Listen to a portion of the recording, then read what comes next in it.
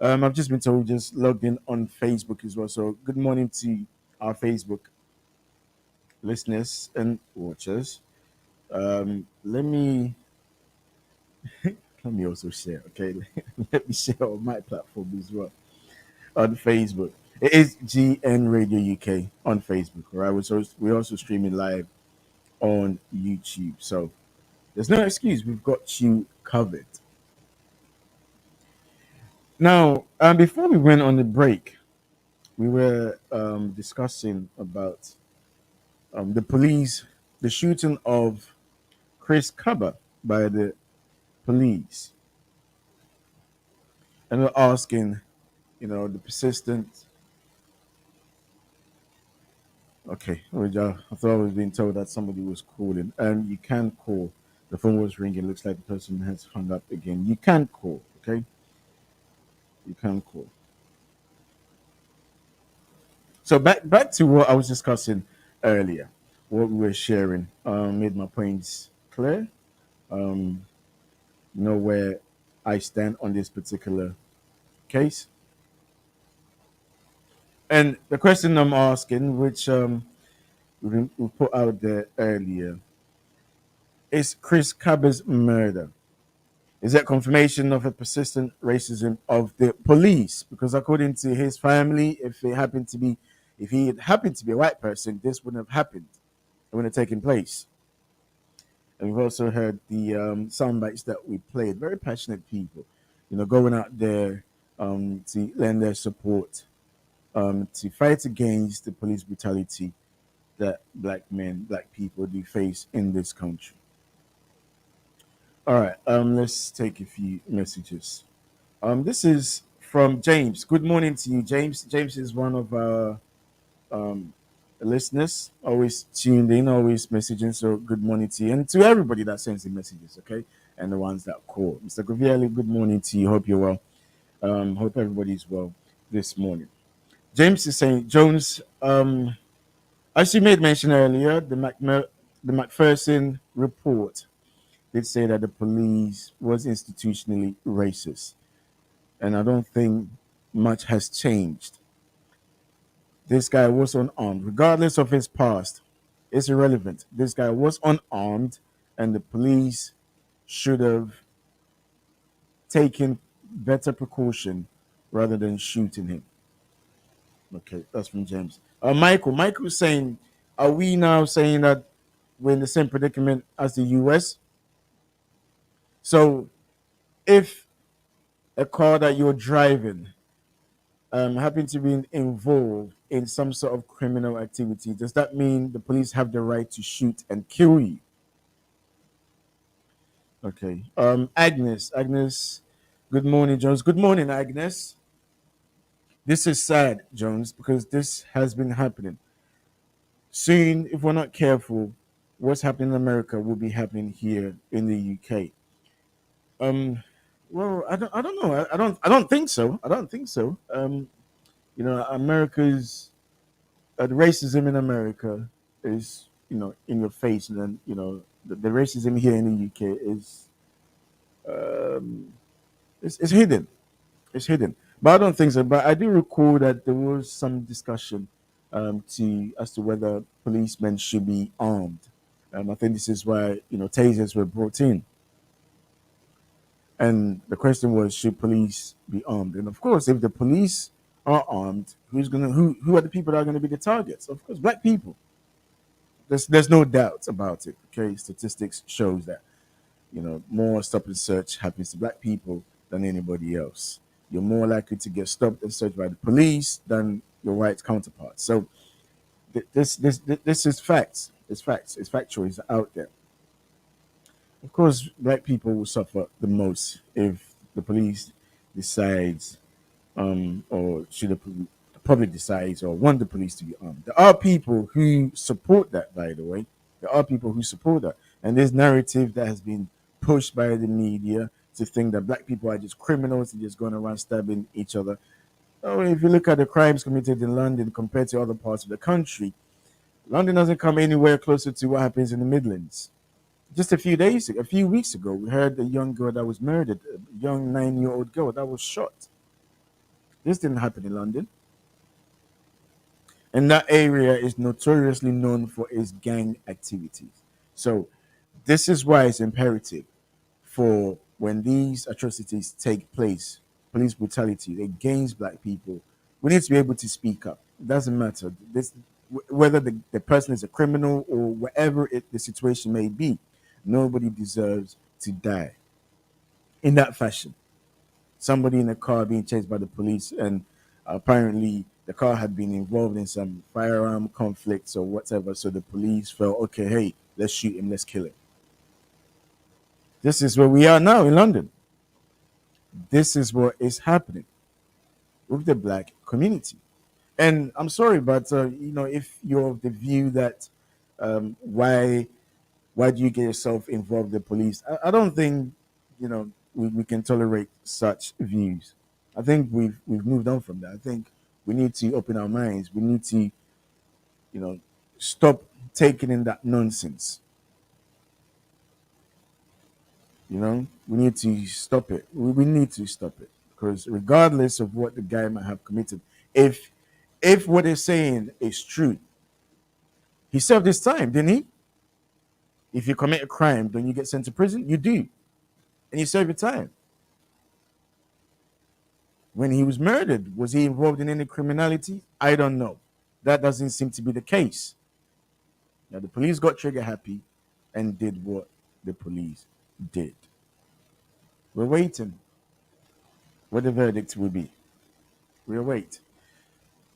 All right. This is from Sam. Sam is saying, Jones, thank you very much for bringing up this topic. I wanted to talk about it, and the people you interviewed took the words out of my mouth. Well done. Keep the good job up. Okay. Okay, let's take a few of your text messages and we will move on. This is from Adra. Adra is saying, Jones, the streets of London is not safe. Even though I do not agree with what the police did, we cannot overlook the fact that the streets of London is not safe. So many times we see young black people just roaming around on the streets with hoodies or on bicycles, and they look intimidating. And this is what keeps happening in the streets of London. I mean, I take your point, Adra. I take your point. Now, I'm not in no way trying to say that, crime on the streets of London does not exist. It does exist. It is real. But compared to other parts of the country, it's not as big as the media makes it out to be. And it's facts. It's out there. That's not to say that I condone it. I'm not condoning it. I'm not at all. In the same breath, that's not to say if the police act irrationally, they shouldn't be held accountable. Your job is there to de-escalate situations. This is the police, right? And of course, I admire the police. This is not a police bashing, by the way. Okay, I'm not anti-police. I'm not in the camp of the people calling for the dissolvement of the police, for their funding to be taken away. Absolutely not. You got to admire anybody that will risk their lives to make sure we're safe and protected. You've got to admire such people. But the ones that take the laws into their own hands and think they're above the law, and they think they are the law and they have the state's support, and as such they think they can just do whatever they want and get away with it. No, we cannot sit idle and let that happen. Keep your thoughts and comments coming in. Now let's look at other stories. This story was interesting to do with Kenya. We'll definitely move on to the story about Ghana, but I want to talk about this because it is topical. It is important. The likes of us that like to study what's going on in the world of politics, global issues, right? The president, he's the newly elected president, by the way, William Ruto, has expressed willingness to purchase fuel from Russia. Yeah, he has expressed his willingness to purchase fuel from Russia. Of course, this comes at a time when a number of nations, notably the United States, avoid engagement with Russia as a result of its invasion of Ukraine. In an interview with the BBC, President Ruto hinted that he would be exploring all possibilities in an effort to rein in the increase in fuel prices that have put a lot of pressure on Kenyans since the fuel subsidy was discontinued. And I quote him. This is President Ruto saying that all options are available to us as a country. East Africa will be a good option, but Kenya is what we are going to be focusing on. He added, I'm now going to move on to the agenda of making sure that we have a government to government relationships that will progressively now begin the journey to bring the prices of fuel down, Mr. Ruto said. So imagine this.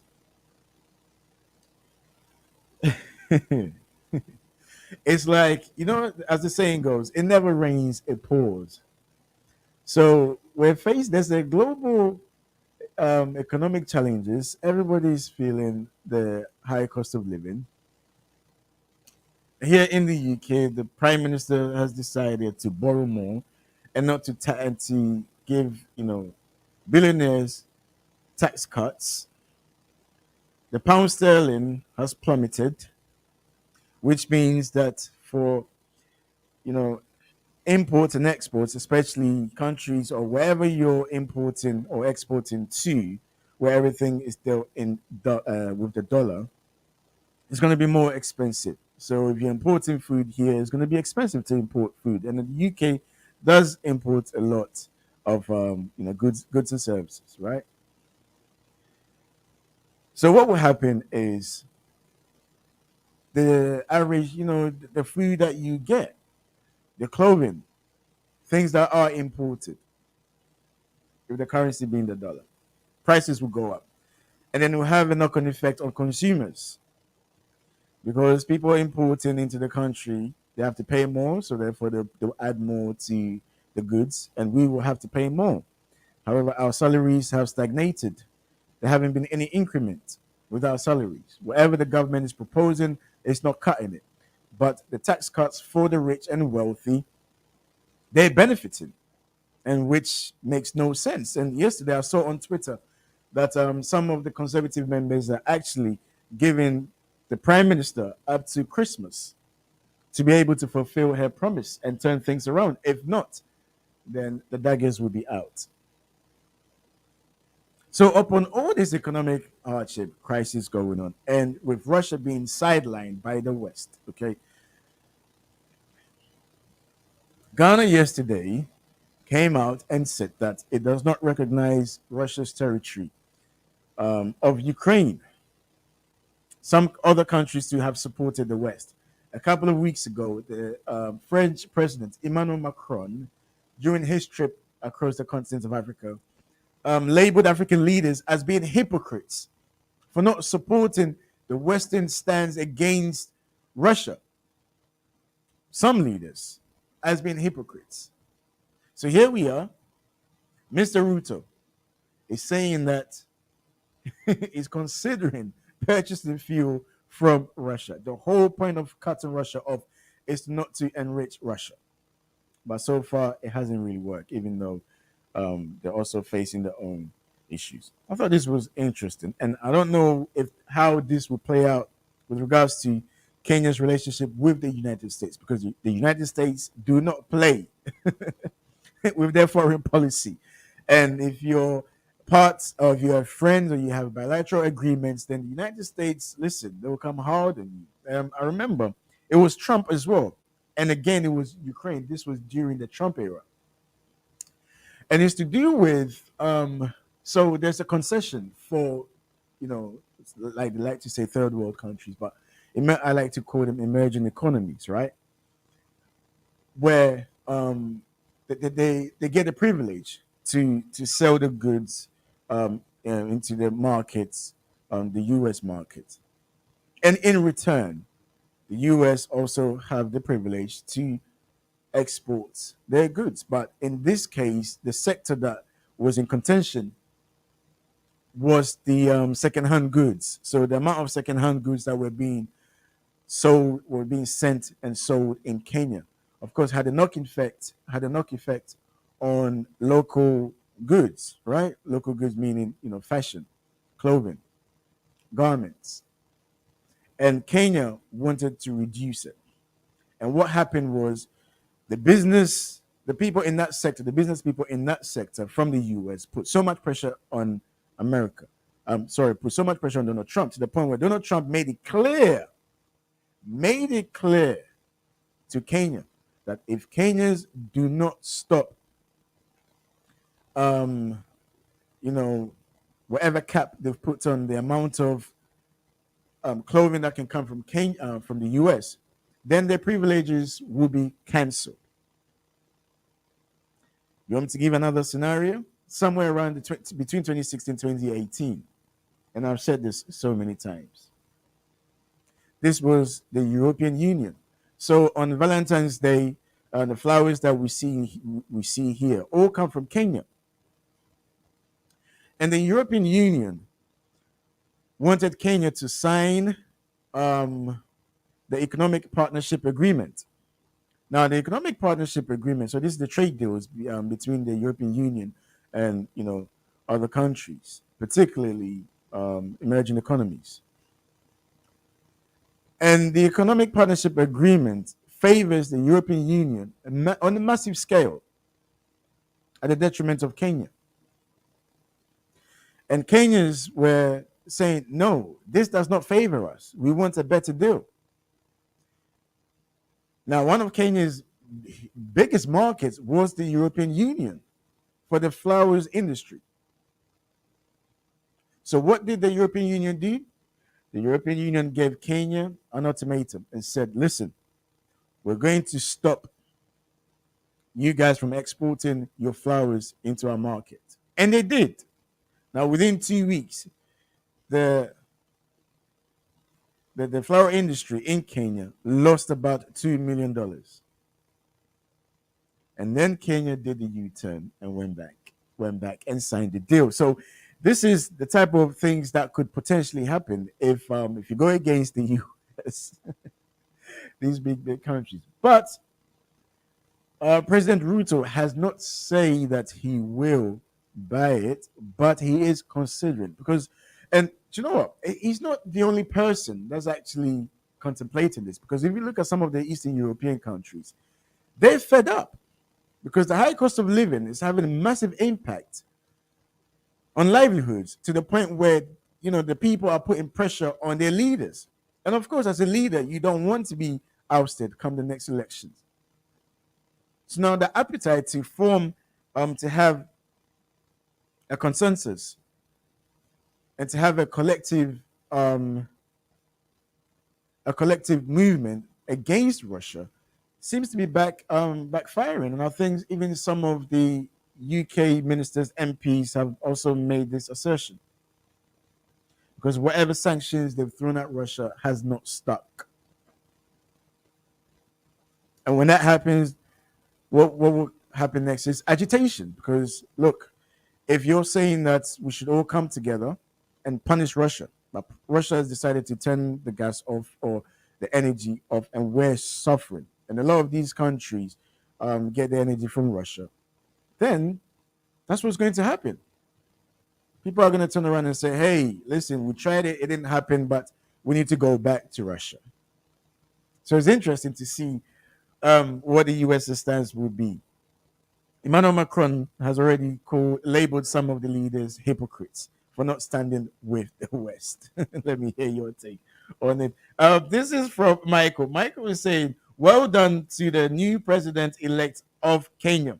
Let him do what he feels is best for his country. Forget about the US, forget about the UK, forget about Germany and France. You do what is best for your country. Well, he is the head of state, isn't he? He has to look out for his people.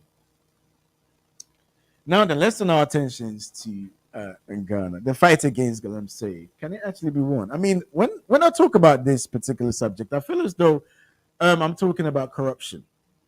And of course, Galamsey and corruption go hand in hand. It is corruption, isn't it? Can this fight be won? And I want to read something to you. When I saw this, I I kissed my teeth. Let's just put it like that, okay? I kissed my teeth because I don't. It's as if they just sitting there and just coming up with some ridiculous ideas about the fight against Galamsey. So this was reported on Ghana Web, by the way. A forum on responsible mining was held in Accra.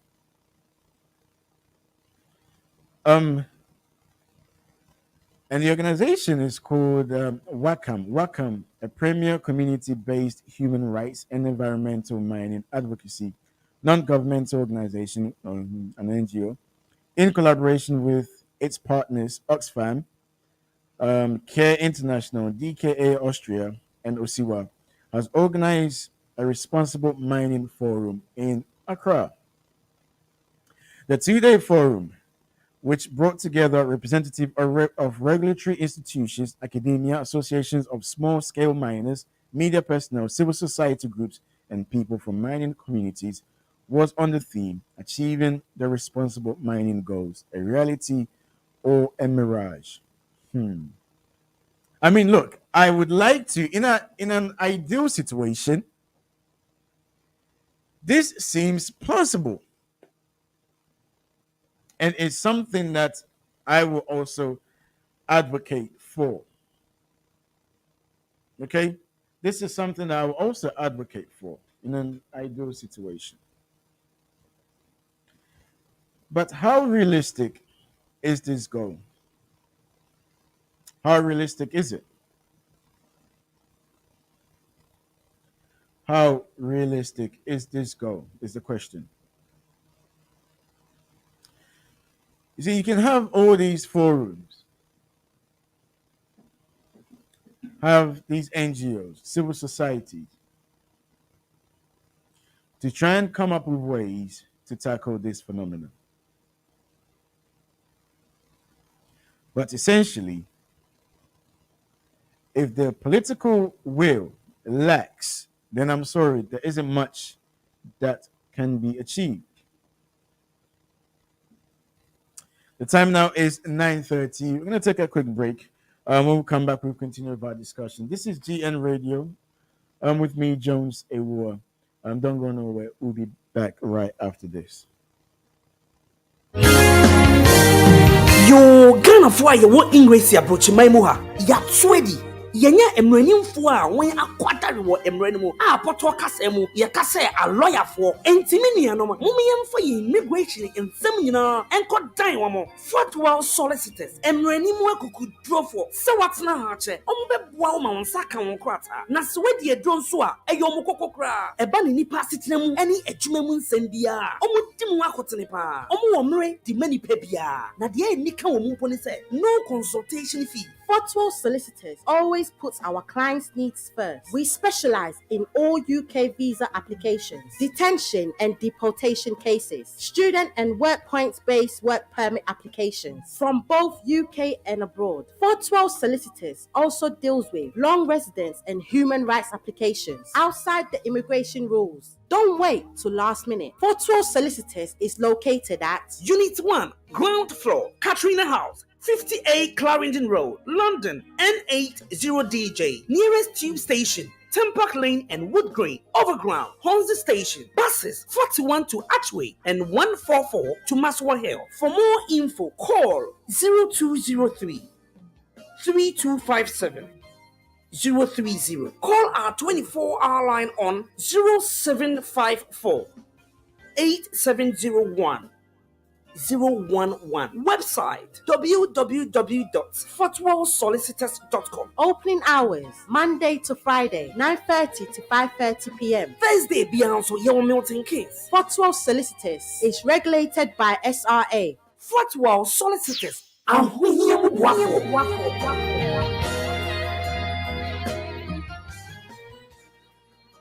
right, welcome back to the show. This is GN Radio Breakfast Show with myself, Jones Awuah. Today I'm here till 10 o'clock. So we've got just over a little bit under half an hour actually, before we bring the show to an end. We're streaming live on Facebook as well, so do get in touch. What we're about to discuss now is the fight against Galamsey, aka also known as illegal mining in Ghana. It's interesting because I came against this article. It's a forum that was held in Ghana, a forum on responsible mining, which was held in Accra. Before we went on a break, it's this compromises of non-governmental organizations in collaboration with partners such as Oxfam, Care International, DKA Austria, and Osiwa were the ones responsible for putting together this mining forum. I mean, we know how important, the civil society is. We cannot overlook the fact that these civil society groups have also contributed um, significantly in the world, bringing about change, raising awareness, and so on and so forth.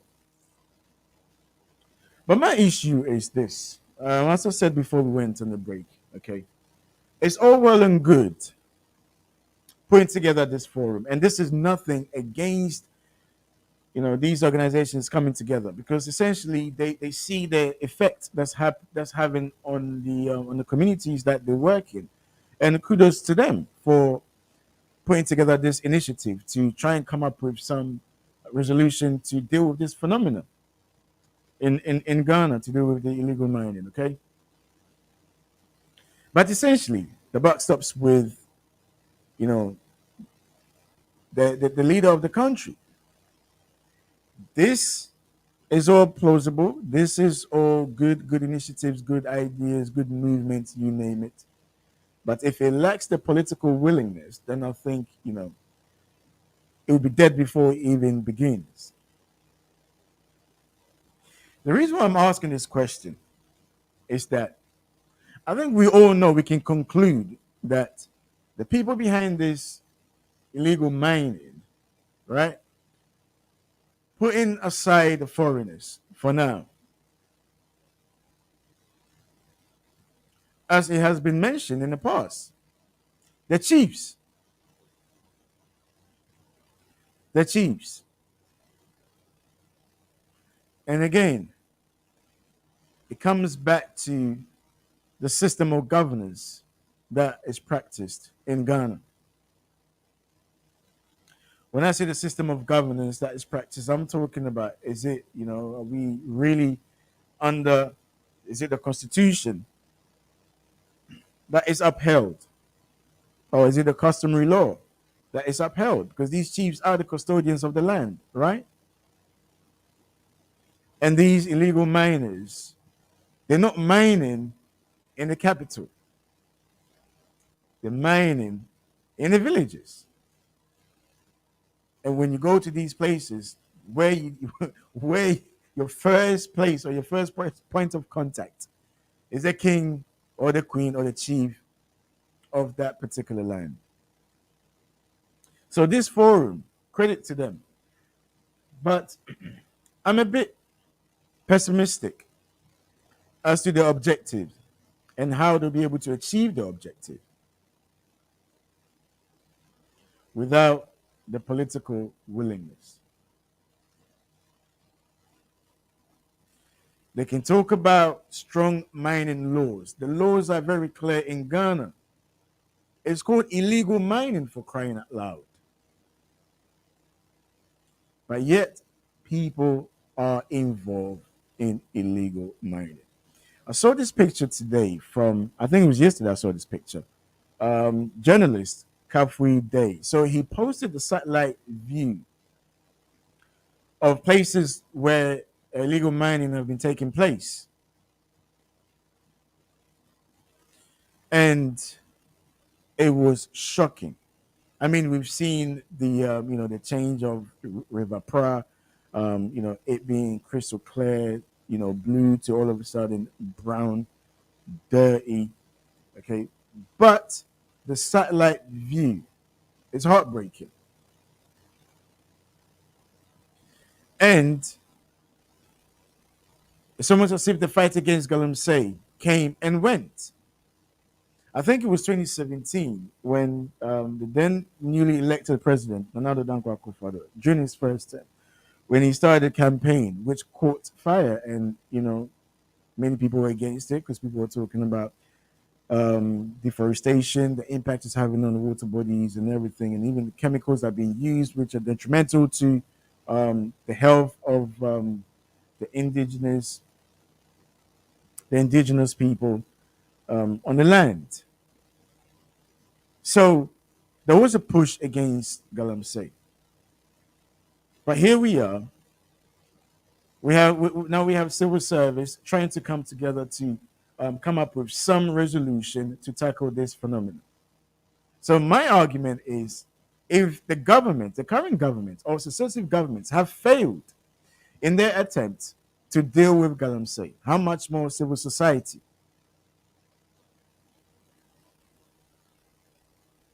How much more civil society? I think the only way this fight can be won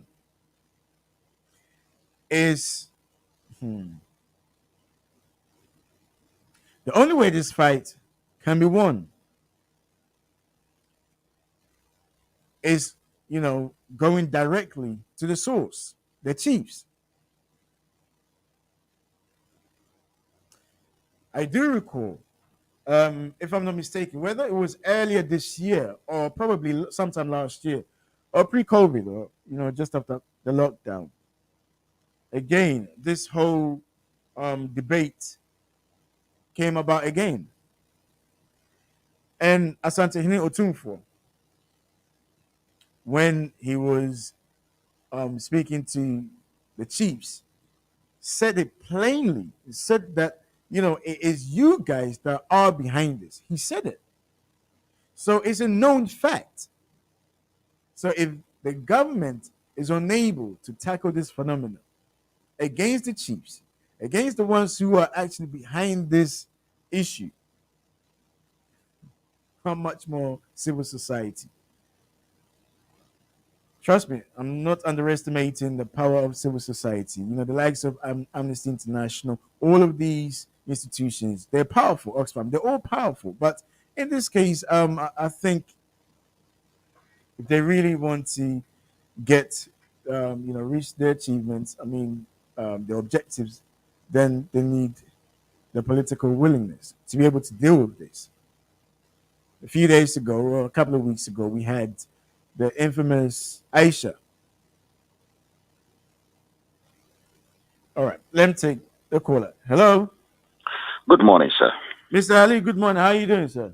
Not bad, not bad, not bad. I hope we have a date tomorrow, Yes, we do, sir. and I'll be starting at 10 o'clock. Okay, yes. I'm sure by that time you'll have been, doing your job from 8 to 10.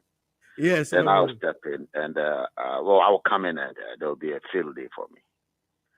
And the wind has started blowing today in relation to what we are going to discuss tomorrow. Yes. You've just thrown it on the table, talking about the Galamsey and so on and so forth, and how to deal with it. Is that not true? Yes. Are you also aware of the danger when people are using words like custodians of the land? Yes.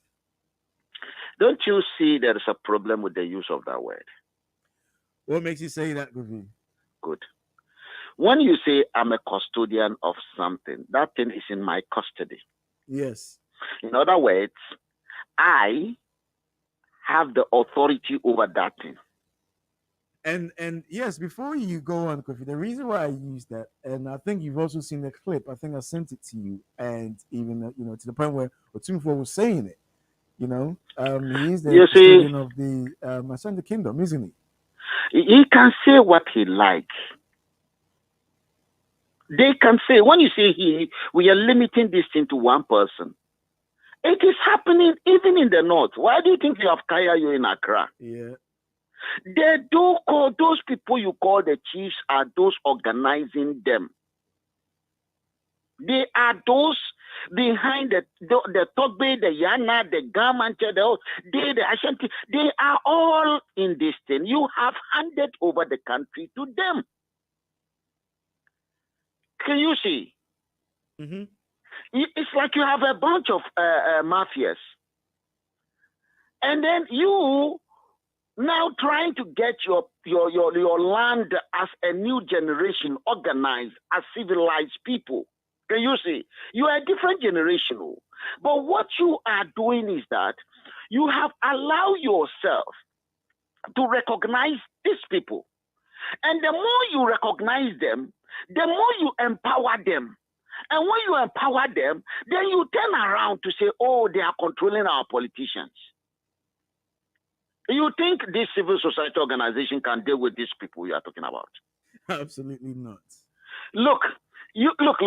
You either have politicians who elect to do your job for you, or you remove all of them and have these people, this mafia you trust, let them do what they want to do with your life.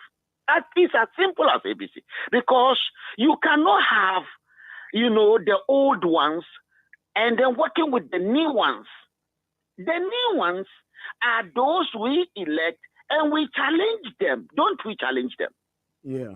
Don't we insult them? Mm-hmm. Don't we tell them what we think? Yes. Though when they are talking, can't we heckle and shout like you? We saw that happening with the president. Yes. Can you do that when one of these chiefs is talking? You wouldn't dare. They will beat you there and chop off your head. There where you are standing. Is this? So we should choose what we want. That is the problem we're having here. If you say the land belongs to them, if I have a land, if you come to my house, Kofi Ali, and I don't like what you are doing, can't I tell you to leave my house? Yeah. Can't I banish you from coming to my house? If I have the power, wouldn't I beat you? I will beat you that you won't do it again. Is that not true? Yeah. If I have power over violence. These people have got power over life and death. And you hand it over to them. You handed it over to them because when you recognize them as the custodian, right, then they can tell you what to do. Are they the ones you believe in and trust, or the one you are choosing? It means we even don't trust ourselves as modern Ghanaians. Okay, let we me don't come trust in ourselves. See, of course, I share your sentiment. And I remember some time ago, I was speaking to a lawyer, a friend of mine, who's actually moved from the UK and practicing in Ghana. And we're just having a conversation, just finding out how he's getting on. And then he said to me, over 70% of issues, of court cases in Ghana are land disputes, Kofi. Land disputes. And, it begs the question, why is it so? Because, then again, it comes back to the custodians of the land, because it is these chiefs who are behind these lands that have been sold to multiple people, which I know you are aware of, Kofi. I think that is a small part of the problem.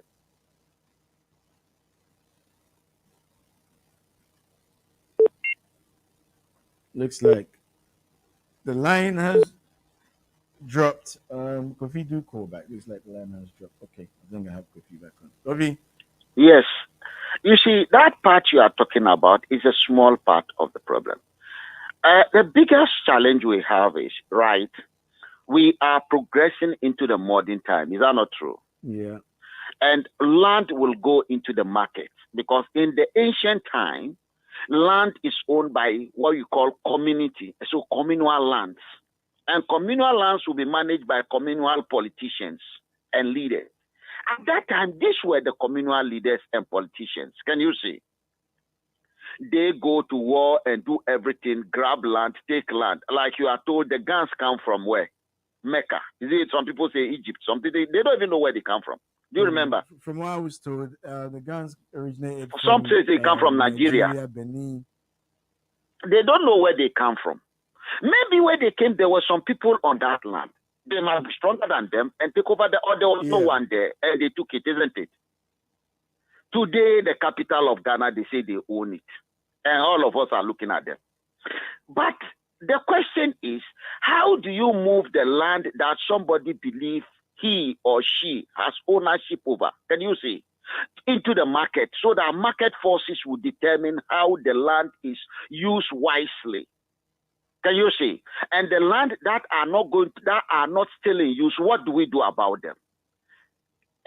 Now, if you move it into there are so many problems. One of it is that we need to move the land. Okay? So moving the land means someone must sell the land so that there will not be argument. Is that not true? This is where these tribal leaders comes in. Can you see?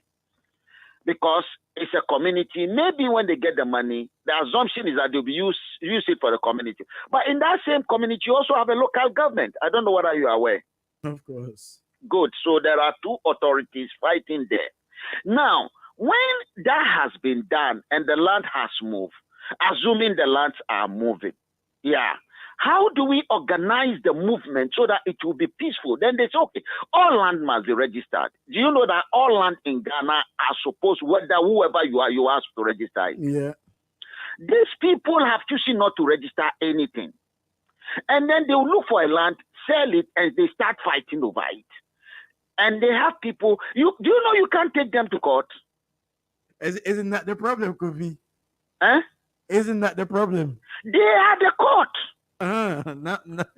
Now, in the community, they are so powerful. So they control the politicians. And then when we turn around, we say the politicians are corrupt. So we have created this problem. We need to find a way to have a consensus on how to move into the future. Can you see? Hello? Yes, Kofi. So the problem we are having is complicated. It's driven by ignorance. They are not the custodian. If they are the custodian, then what is the president? Kofi, Hello? I think you tomorrow we will delve more into this. We can unravel all of these things. It's complicated. And have a proper discussion. Yes. You see, because when you ask, what is it? Do you know they have their own military? Yes. Do you know they have their own police? Yes. Nana say you should come, or Togbe say you can. If you don't go out, they'll beat you from your house and take you down. Now, the question is that, then what is the purpose of the national police and the military? Maybe let us dissolve the parliament and let these people do what they want to do with us. So we need to wake up. We are in a different time. All right, Kofi, thank you very much. Just for time's sake, we will end it here. Tomorrow we'll have enough time to talk about this. We are in a different time. The modern state, Ghana.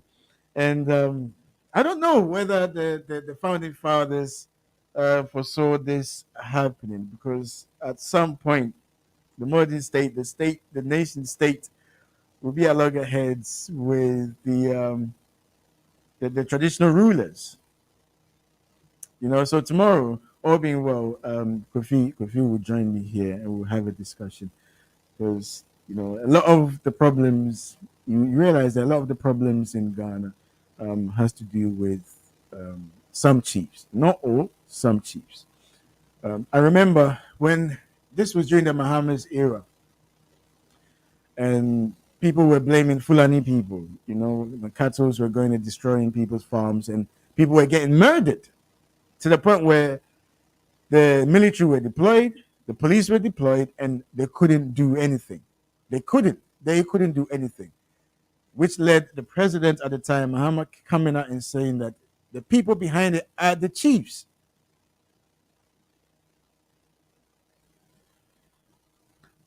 This is not a bashing against the chiefs, but we're in the 21st century. If we didn't know any better in the 18th, 19th, 20th century, I think now we see where the problems are coming from. And we must address this collectively. I've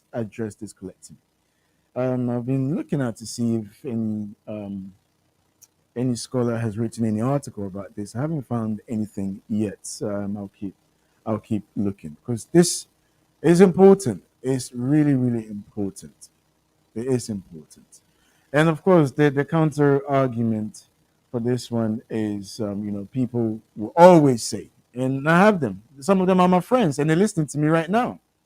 They'll never throw away their tradition. They're so anti-democracy, because to them that system is foreign, and as such, we shouldn't continue under that particular system. We should revert to the old way of system of governance. And then when you ask them what was the old way of system of governance, they start telling you the chiefs and the leaders, and you had the high priest, and you had this and you had that. So everyone's entitled to their opinion. But if you were to ask me today, I think who was it that said it? Gosh, what's his name? I forgot his name. And he spoke about democracy. How to cure democracy is by implementing democracy again and again and again and again. There's no such thing as a perfect system in the world. But right now, especially in Ghana, we've been through this democratic process. We had it before since independence, and then there was a period of coup d'etats, and we decided 1992 to embark on this journey again. And as time goes on, of course, democracy, like Rollins said, it's not cheap. It's not cheap. But some people hold very strong views. They oppose democracy. And this is where we clash. On the superficial level, this is where we clash. We clash because our ideas differ. Our ideas differ. This is where we clash because our ideas differ. Some are talking about the multi-state Ghana. Some want us to go back to the old way of governance. So tomorrow will be interesting. Make a date with us. Myself and Mr. Kofi Ali will have a discussion on this, and hopefully we can arrive at a point where we can conclude, because it's very important. Sometimes, if you're not careful, we might go off tangent, but hopefully we'll be able to stay on the path and maybe be able to come to a conclusion and see where we arrive. This is from James. James is saying, I totally agree. The chiefs are the problems in Ghana. Politicians, when during election times, they go and see the chiefs, they take something to the chiefs. The chiefs do have influence on the people. Michael is saying, Jones, I don't think the founding fathers actually realized that this will happen. There will come a time where this will be an issue. And now, if you look at it, the chiefs are everywhere. Everything the chiefs are behind it. The point that Otumfuo himself acknowledged it is telling. This is from Sewa. Sewa is saying that I'm looking forward to your debate with Kofi Ali tomorrow. This is just, it's not a debate as such. It's not a debate as such. I think this is probably Kofi, if I'm not mistaken. This is probably one of the only discussion that we probably might be on the same path. I don't think we've disagreed yet. I think we've both realized where the issue is, and it's good to have these civil societies trying to come up with solutions. But ordinarily it will have to be the government, and that's how the system is shaped. That's how the system is designed. Everything is so central to the government. Anyway, this is where we bring the show to an end. We're done for another day. Thank you very much for staying tuned. It's always a pleasure to come your way in the morning. We do it again, all being well, same place, same time tomorrow. Tomorrow is a bit longer. We'll be here till 11 a.m. So do stay tuned, all right? Coming up next is 412 Solicitors, so don't go nowhere. Keep it here on GN Radio. Thank you very much for staying tuned. We'll see you next week. Not next week, tomorrow. Gosh, I'm thinking today's Wednesday. We'll see you tomorrow.